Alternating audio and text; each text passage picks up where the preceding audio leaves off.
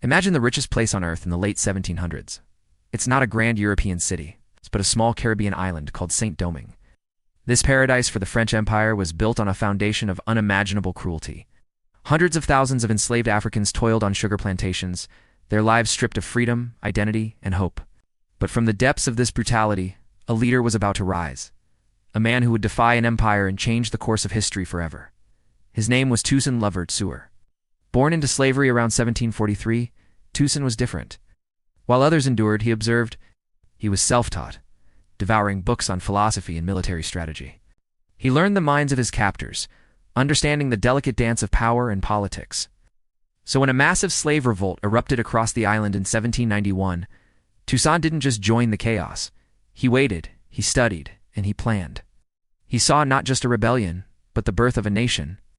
When Tousaint finally made his move, he was a force of nature. He took disorganized rebels and forged them into a disciplined, professional army. These were men and women who had known nothing but chains, now fighting as soldiers with a fire for freedom in their eyes. One by one, they faced down the mightiest armies in the world. They defeated the Spanish, they defeated the British. Eventually, they would even defeat their own French masters. By 1794, Toussaint's fight led to the abolition of slavery in the colony. He became its de facto ruler, governing in the name of France, but always on his own terms. He rebuilt the shattered economy, established trade, and brought order to the land. Then, in 1801, he took his boldest step yet. He issued a new constitution for Saint Domingue, one that outlawed slavery forever, and named himself governor for life. He had created a state where black people were free and in control of their own destiny. But this radical vision of freedom was a direct threat to the old world order. Across the ocean, Napoleon Bonaparte, the most powerful man in Europe, was furious. He dispatched a massive fleet to the Caribbean with a single, chilling mission: crush the rebellion and bring back slavery. Through treachery and deceit, Toussaint was captured. He was shipped across the Atlantic in chains and thrown into a freezing remote prison in the French mountains. In 1803, he died alone, far from the island he had liberated. Napoleon thought he had one, believed that by killing the man he had killed the revolution. He was wrong.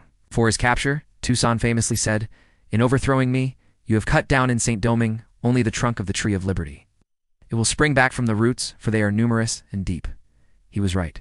The very next year, in 1804, his followers, led by his brilliant general Jean-Jacques Dessalines, drove out the French for good and declared independence. They named their new nation Haiti, becoming the first free black republic in the world. Tousaint Louverture's body may have been imprisoned, but his spirit gave birth to a nation, and his legacy inspired freedom fighters for generations to come. Thanks for watching. If you found this story as powerful as I did, hit that like button and subscribe for more hidden histories that shaped our world. See you next time.